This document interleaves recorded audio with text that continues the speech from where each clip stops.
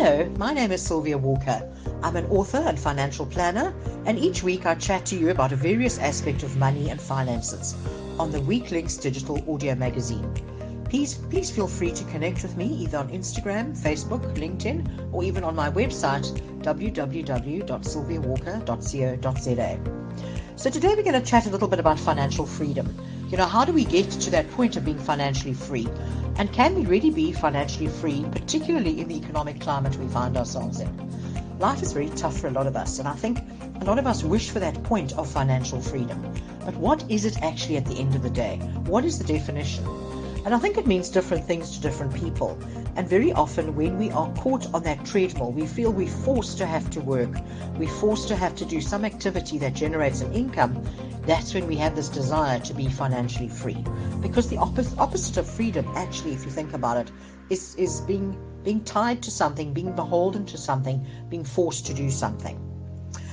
So the question really is, what is financial freedom? And we often hear this expression that, what would you do if money was no object? And I suppose that is the point of financial freedom, when you don't have to actually work or do some activity to generate an income to support your lifestyle, but where you actually have the choice to do whatever you want to with your time.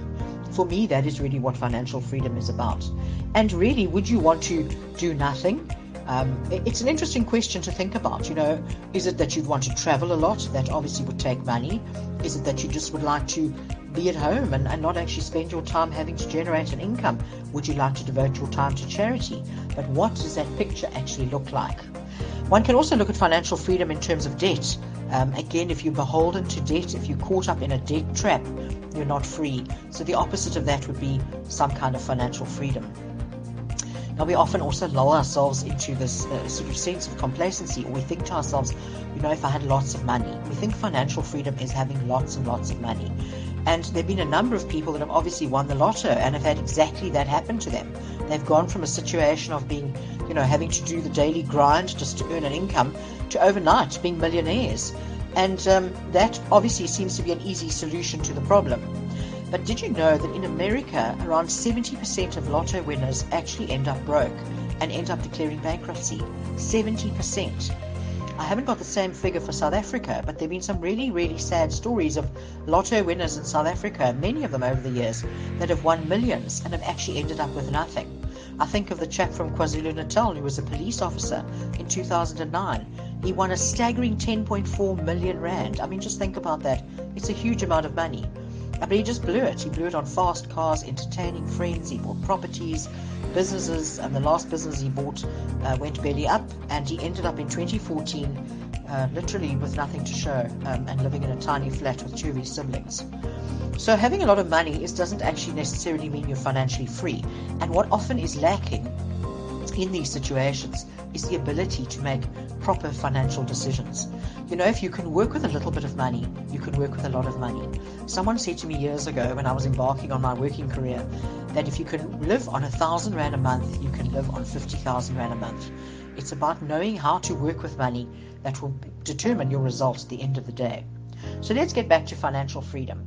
You need to think about what it actually means to you, and then you need to make a plan to get there. It might not necessarily be the position where you actually have got so much money that you don't know what to do with it. That's not always the answer. But it might be the situation where perhaps you want to get out of debt.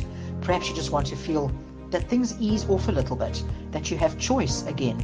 And we're not going to talk a lot about retirement today, but I think for me, many people too, at that sort of so-called retirement age, they accumulate money and then they have enough money to perhaps just pay for the basics, but they still need to go out and generate an income, but they have the freedom. They don't have to force to be working every single day just to generate an income.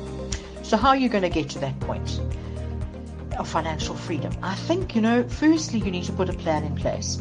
You need to think long and hard about it. And what are the stumbling blocks? What are the things that are preventing you from reaching that point of financial freedom? Is it that you have too much debt? Is it that you're perhaps earning too little money? You're not able to save?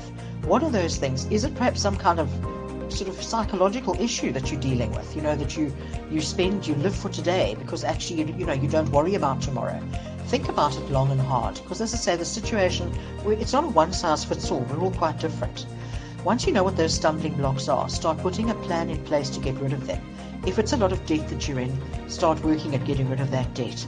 If it's an inability to actually save money, put money aside every month, work out a proper budget and make sure that you pay yourself first.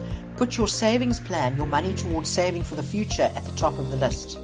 If you're finding that you're not earning enough money, there's not enough money coming in, then look for other options. Maybe look for a second job, look for a side hustle, find some way that you can generate extra cash that you can put towards making your plan a reality. And then you really need to commit to that plan. So you need to make sure that you stick to it and you don't fall off the wagon along the way. Now, financial freedom, if everyone says it's the point where you have some kind of choice in life, for many of us, we think that happens kind of when you're old, when you reach retirement age. But it doesn't have to be at that point. It can be at any point in your life. It can be a lot sooner. You can be 40, 45. You don't have to be 60 or 65. But the point is that you need to A, realize that you want to do something about your situation, B, put a plan in place, and C, stick to it, as hard as it may be. So I'm hoping I've given you a little bit of insight into how you can get to that point, that wonderful world of financial freedom, that utopia that we all dream for and wish for at the end of the day. And I do want to leave you with this thought too, that they always say that if you love what you do, you'll never work a day in your life. So it might not be that it might be that, the financial freedom is a goal that you have, but it might also be that you're perhaps in a job or in a position that's far from ideal. And that you really would be liking to do something else with your time and with your life. Something else that generates an income, but that is just more enjoyable.